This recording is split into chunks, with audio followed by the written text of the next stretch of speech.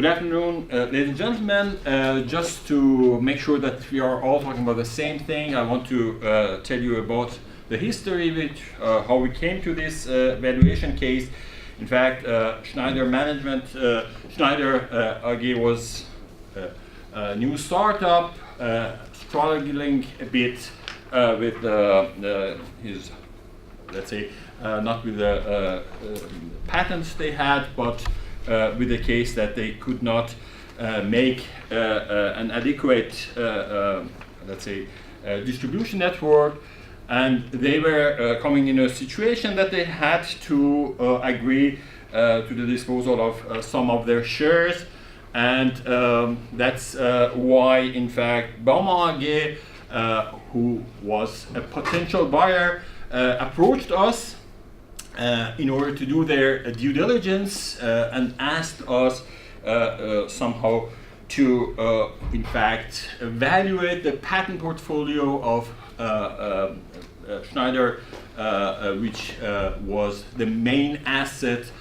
for this small entity. So in that situation, actually, we are going to present you our analysis on the valuation context. We'll talk about the context of the valuation, and of course give you a bit of sight in the structure of the valuation. Now we'll start with the first task, was to explain the prerequisites of IP value creation.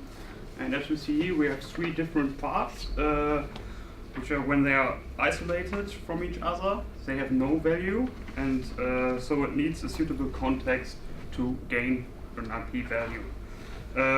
Yes, these three parts, which are seen on the left, for example, the complementary assets, for example, protection facilities or the distribution network.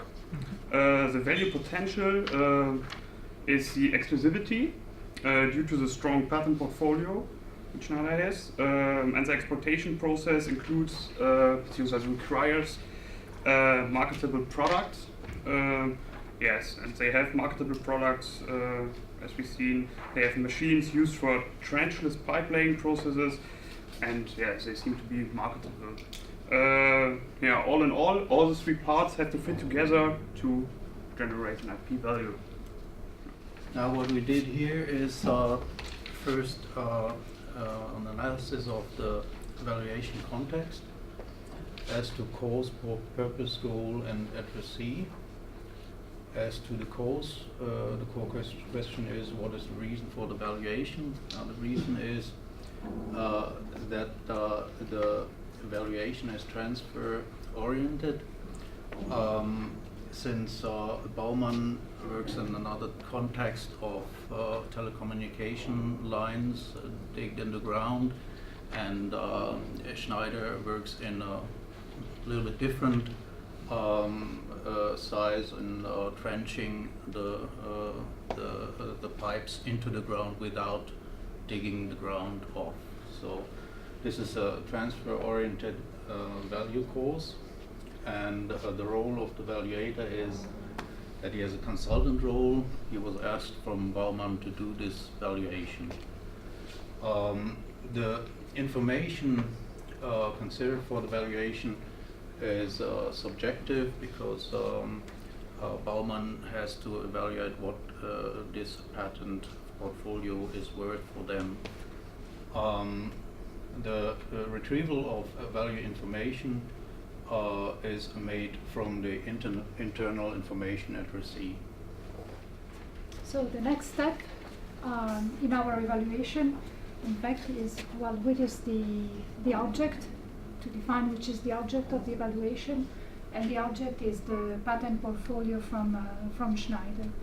So how can we, well, at present, well, we still have no evidence, observable evidence of the economic effect generated by this patent portfolio, because in fact we have a proof of concept, but we have no actual machine. They have not yet been built. So we have to apply an inside-out type of analysis of this portfolio. So we have to start first, so from the patent, and understand which is well, the function that we have from this portfolio, which is, well, we have concluded that is a protection function, so we want to keep competitors out, again, from this field of technology. And this, well, the impact of this function is really to provide the company a technological lead in this field of the technology of trench digging. And of course, what it's going to give us in terms of appropriation is that we will sell our product. So we will make money by selling our product, and in particular with higher sales output and higher margin. So based on this, well, now Bauma has to make a decision. So, which could be the decision of Bauma? Well, we have to consider that we are in a transfer-oriented valuation cost, because we are assessing the value in use of the portfolio by Bauma. So for that, we have to compare with an alternative investment, doing this comparison by using an adequate discount rate that in this case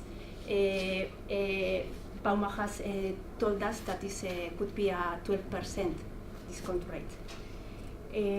Saying this, after Bauma has, well, we have to establish which methodology of value determination is we are going to use.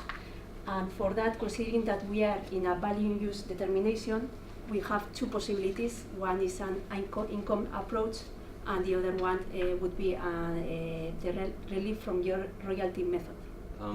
Let's address now the topic objectification, sorry, and information. So concerning objectification requirements, we are in a situation, actually, as we talked about just before, it's a transfer-oriented valuation cause, and we need to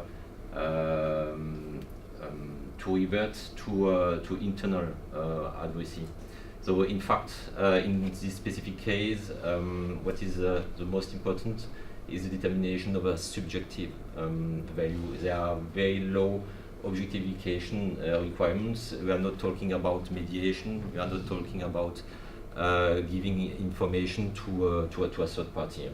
And in fact, we could just take into account all available data which are described in the paper, among others describing the possibilities, the capabilities, and even lots of information dedicated to the planning of the production and the commercialization. Concerning the point information, we should consider these metrics according to the transfer-oriented valuation cause. In fact, it's very important to have information which are relevant, information which are as well reliable. We need as well a certain level of completeness for this information. But there is as well a requirement to deep into the research of complementary information.